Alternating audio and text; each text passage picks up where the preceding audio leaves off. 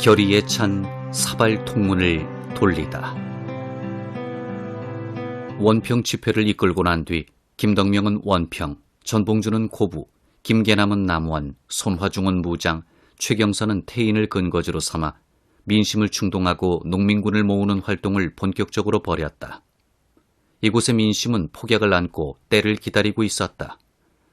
전봉준은 원평 집회에서 새로운 희망과 용기를 얻었다. 이 대목에서 그의 이력을 잠시 살펴보자. 전봉준은 고창 당촌 태생이지만 훈장이었던 아버지를 따라 여기저기 이사를 다녔다.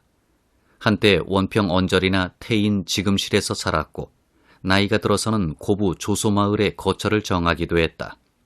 그가 조소마을에 살 때는 서당 훈장 노릇을 했고 그 마을과 가까운 말목장터에서 약국을 열기도 했다.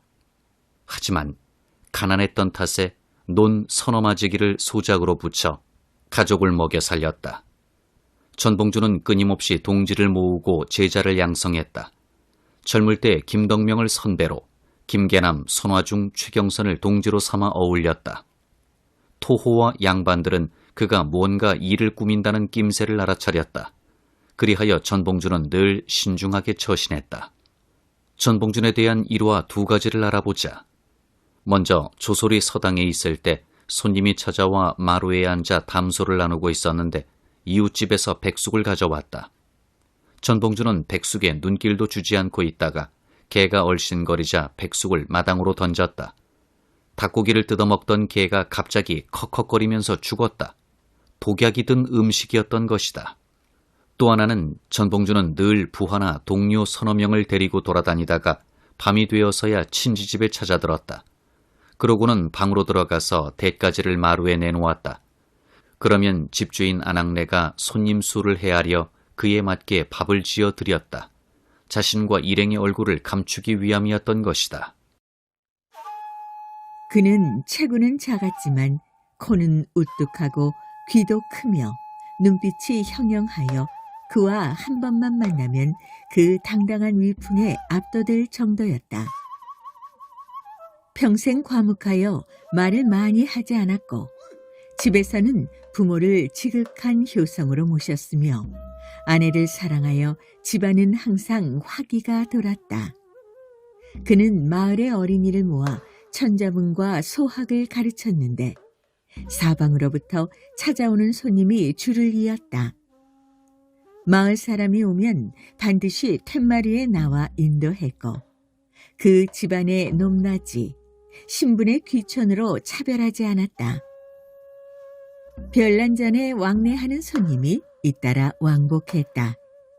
기구치 겐조, 동학당의 난. 전봉준은 이처럼 명망을 얻어 사람을 모으고 세력을 키웠다. 그의 동지들은 향촌 지식인이었고 그를 따르는 사람들은 가난한 농민이었다. 그의 서당에서 4년 동안 글을 배운 박문규는 전봉준을 평생 존숭하면서 이를 뒷받침하는 이야기를 자서전인 성남 역사에 남겼다. 그 무렵 호남의 민심을 상징적으로 보여주는 일화가 있다. 바로 1892년 8월 고창 선운사 도소람의 비결 사건이다. 선운사 위쪽에 있는 암자 도소람 절벽에 새겨져 있는 마애불 배꼽에 비결이 숨겨져 있다는 전설이 있었다. 이 비결을 꺼내면 세상에 별난이 일어나 세상을 바꾼다는 말이 떠돌았다. 오지영 등 동학교도들이 이 비결을 꺼내 도망친 사건이 일어났다. 이를 난 무장현감 조명호는 오지영, 강경중, 고영숙을 주모자로 잡아들여 고문했다. 이에 동학교도들은 감옥을 습격해 새 지도자를 탈출시켰다. 이 사건 이후 동학교도에 대한 수색이 더욱 심해졌다고 한다. 그런데 각지 천주교도들이 수집한 정보를 묶은 위텔 문서에는 비결이 아니라 숨겨둔 금덩이를 꺼냈다고 기록되어 있다. 흔히 부처 소상의 배에는 복장이 들어있으니 그 말이 맞을 수도 있다. 어느 기록이 맞을까?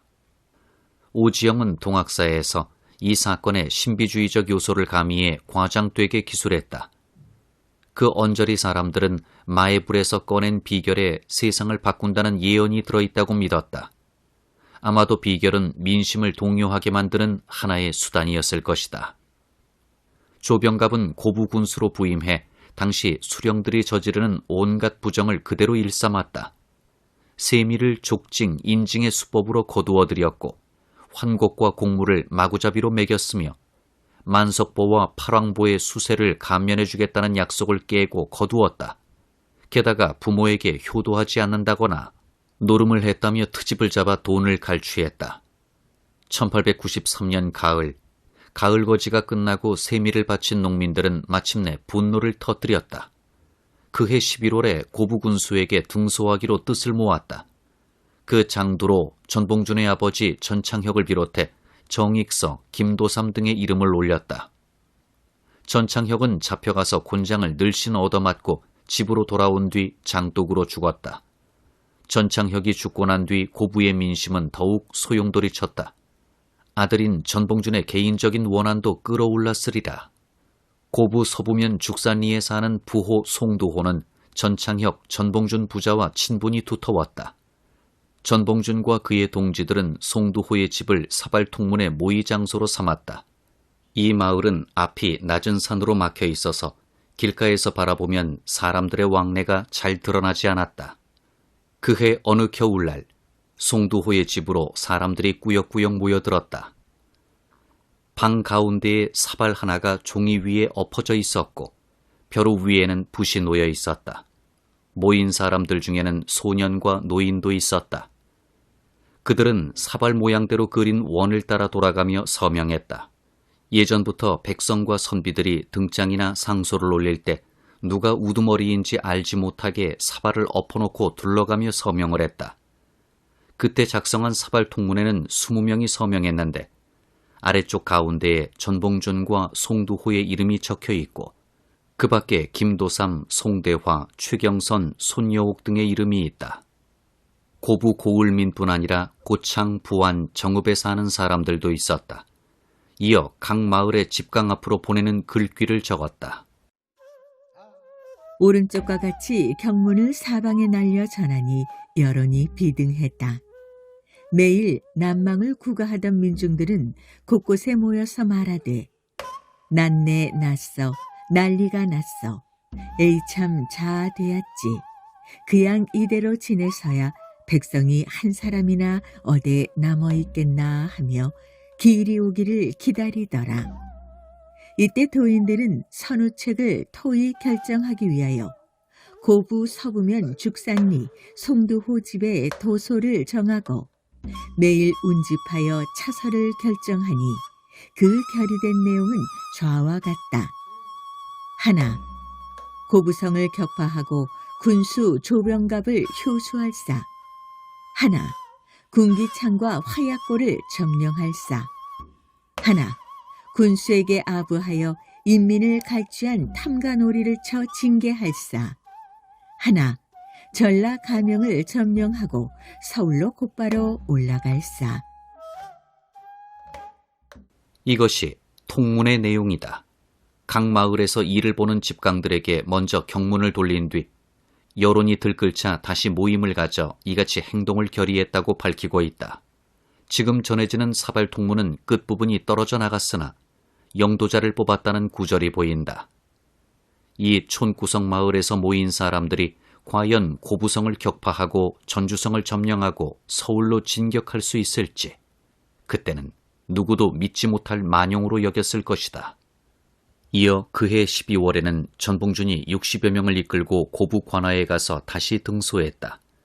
조병갑은 11월 30일자로 익산 군수로 전임 발령이 났다가 1894년 1월 9일자로 다시 고부 군수로 발령이 났다. 수령의 인사 고과를 맡은 전라감사 김문현은 그를 다른 읍으로 옮기고 새 수령에게 맡기면 실정을 몰라 잘못을 저지르기 쉽습니다. 라고 보고를 올렸다. 고종은 이 말을 믿고 그가 이런 일을 특별히 잘해낼 것이다 라며 연임 조치를 내렸다. 그렇게 해서 조병갑이 전임 발령을 받은 지 39일 만에 얼토당토 않게 고부로 돌아오자 사람들은 치를 떨었다. 그해 한겨울 무장의 동음치 당산리의 송문수 집에 여러 사람이 모여들어 머리를 맞대고 회의를 했다. 그 자리에는 전봉준을 비롯해 손화중, 정백현, 송문수, 김흥섭 등이 참석했다. 그들은 전라감사 김문현과 고부군수 조병갑의 폭정에 항거하기로 결의했다. 정백현은 무장 출신으로 뒤에 전봉준의 비서가 되었고, 고창 출신인 김흥섭은 전봉준의 수행원으로 활동했다.